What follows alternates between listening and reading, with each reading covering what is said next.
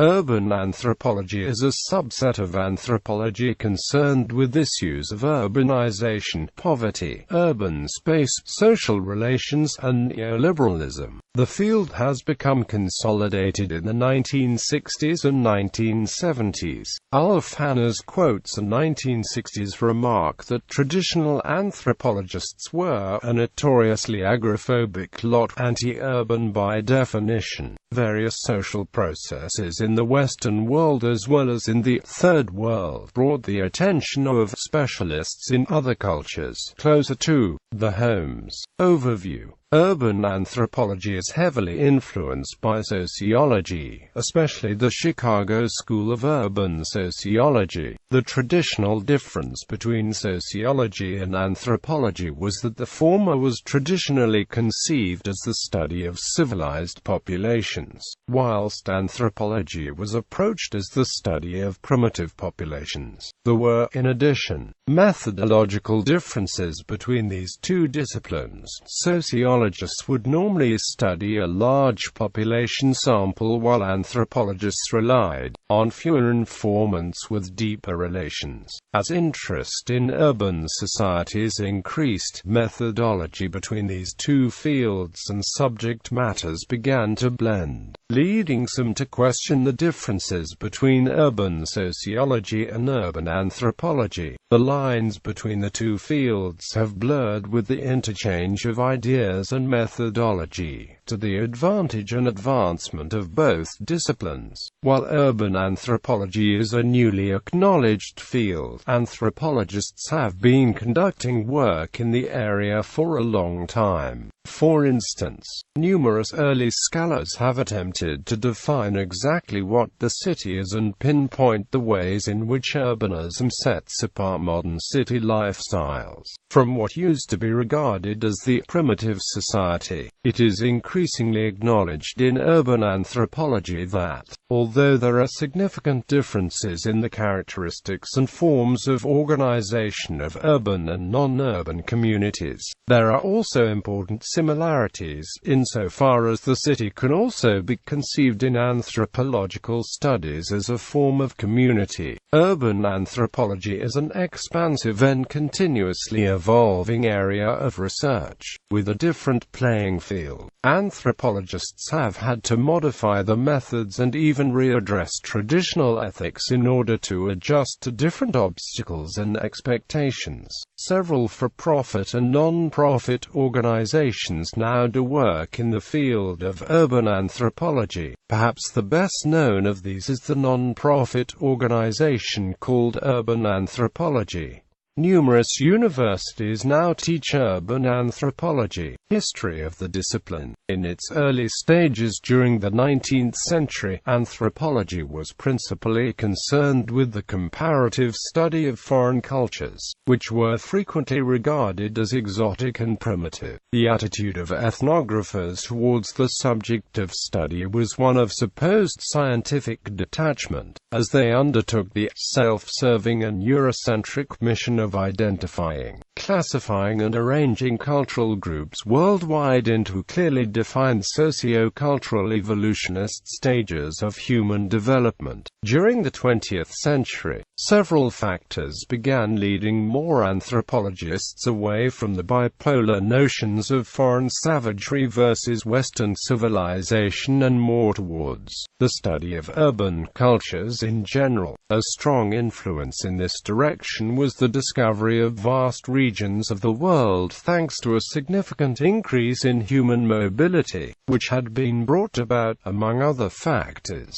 by the fast expansion of the rail network and the popularization of travel in the late Victorian era. This meant that, by the mid-20th century, it was generally perceived that there were relatively few undiscovered, exotic cultures left to study through first contact encounters. Moreover, after World War I, a number of developing nations began to emerge. Some anthropologists were attracted to the study of these peasant societies, which were essentially different from the folk societies that ethnographers had traditionally traditionally researched. Robert Redfield was a prominent anthropologist who studied both folk and peasant societies. While researching peasant societies of developing nations such as India, he discovered that these communities were dissimilar to folk societies in that they were not self-contained. For example, peasant societies were economically linked to forces outside of their own community. In other words, they were part of a bigger society, the city. This realization opened the door to more anthropologists focusing the study of societies from the perspective of the city. This crossover was instrumental in the development of urban anthropology as an independent field. Clearly, this was not the first occasion on which the social sciences had expressed an interest in the study of the city. Archaeology, for instance, already placed a strong emphasis on the exploration of the origins of urbanism, and anthropology itself had adopted the notion of the city as a referent in the study of what was referred to as pre-industrial society. Their efforts, however, were largely unrelated. A significant development in the anthropological study of the city was the research conducted by the Chicago School of Urban Ecology. As early as the 1920s, the school defined the city, in terms of urban ecology, as made up of adjacent ecological niches accompanied by human groups in rings surrounding the core. Quote, "The Chicago School became a main referent in urban anthropology, setting theoretical trends that have influenced the discipline until the present day. Among the various individual scholars who contributed to lay the foundations for what urban anthropology has become today was the sociologist Lewis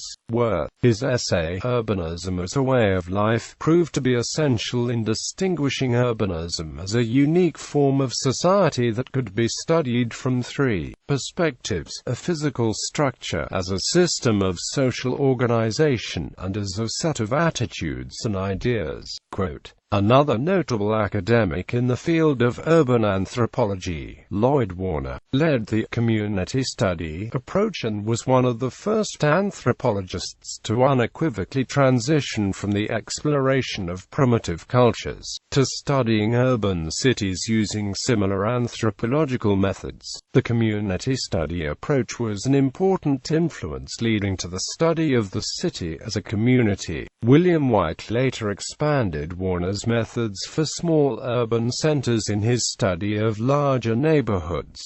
Methods, techniques and ethics. Anthropologists typically have one significant difference from their affiliated field of science: the method of gathering information. Scientists prefer research design, where defined independent and dependent variables are used. Anthropologists, however, prefer the ethnographic method. Pardo 1996, Pardo and Prato eds.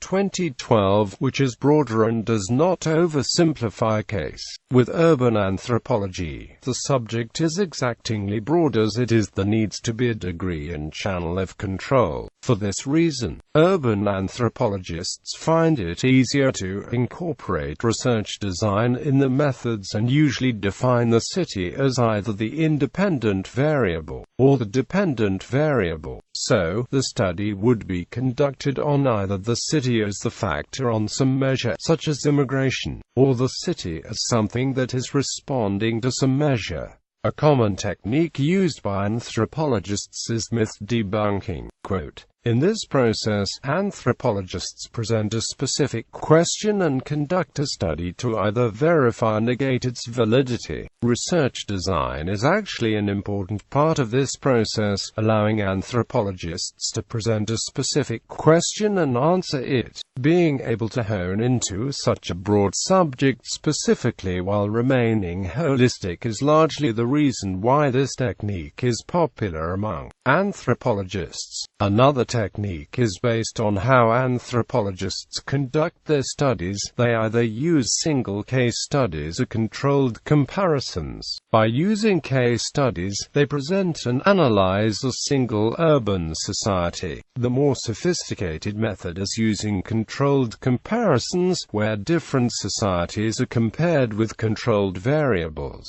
so that the associations are more valid and not in merely correlations. In order to conduct either type of study, the anthropologist must define a basic unit, which is the ethnographic target population. The target population can be central to the research question, but not necessarily. For example, when studying migrant immigrations, the people are being studied, not the neighborhoods. Common ways to define target populations that are central to the research design are by spatial boundaries, common cultures, or common work. Ethics largely remain the same for all anthropologists. Still, working in an urban setting and a more complex society raises new issues. The societies that anthropologists are now studying are more similar to their own, and the familiarity raises issues concerning objectivity. The best idea is for an anthropologist to identify his or her own values explicitly and adapt to the society based on what he or she is studying. With primitive societies, it would have been acceptable for an anthropologist to enter the society and explain at the beginning their intentions of studying the society. In urban cultures, however, they are not in what are considered alien cultures. Therefore, an anthropologist finds that a more detailed explanation of their intentions is needed, and often find that their intent must be explained multiple times throughout the study. Main areas of study. There are two main ways to go about researching urban anthropology: by examining the types of cities or examining the social issues within the cities. These two methods are overlapping and dependent of each other. By defining different types of cities, one would use social factors as well as economic and political factors to categorize the cities. By directly looking at the different social issues, one would also be studying how they affect the dynamic of the city. There are four central approaches to the anthropological study of cities. The first is the urban ecology model, in which the community and family network are central. The second is based on power and knowledge, specifically of how the city is planned. The third approach is studying local and supralocal and a link between the two degrees of units in the city. The last approach focuses on cities where political economy is central to the city's infrastructure. Lowe uses several prominent studies from urban anthropologists to compile a list of the different types of cities that do not fall into only one category, and what factors individualize them. These types of cities include those focused on religious, economic, and social processes. An example of the religious city is what Lowe calls the sacred city, in which religion is central to the daily life processes of the city. An example of an economic-centered city image is the deindustrialized city. In America, this type of city is usually found in areas where coal mining was the main industry in the city, and once coal mines were shut down, the city became a ghost city rampant with unemployment and displaced workers. Globalization has been studied as a force that severely affects these areas, and anthropological studies have greatly increased the knowledge of the implications. Other types of cities include, but are certainly not limited to, the contested city, in which urban resistance is a key image. The gendered city, dominant in urbanizing areas such as Africa, where women find themselves newly employed in low-wage labor. Postmodern city, that is centered on capitalism. And fortress city, where different populations within the city are separated, usually based on socio-economic factors. The main reasons for the current studies focusing on types on cities are to understand the patterns in which cities are now developing in, to study theoretical cities that may come about in the future. future based on these current trends, and to increase the implications of anthropological studies. Anthropological studies have serious implications on the understanding of urban society. With the rapid rate of globalization, many peasant societies are quickly attempting to modernize their cities and populations, but at an expense of the interests of the people within the cities. Studies can illustrate these negative effects and project how the overall city will fare poorly in the future. The other method of studying urban anthropology is by studying various factors, such as social, economic, and political processes, within the general city. Focuses on these factors include studies on rural-urban migration, kinship in the city, problems that arise from urbanism, and social stratification. These studies are largely comparative between how these relations function in an urban setting versus how they function in a rural setting. When studying kinship, anthropologists have been focusing on the importance of extended family for urban natives versus migrants. Studies have shown, generally, that the more native one becomes with the urban city, the less importance is placed on maintaining familial relations. Another important and commonly studied aspect of the urban society is poverty, which is believed to be a problem that arises out of urbanism. Urban anthropologists study several aspects individually and attempt to tie different aspects together, such as the relationship between poverty and social stratification.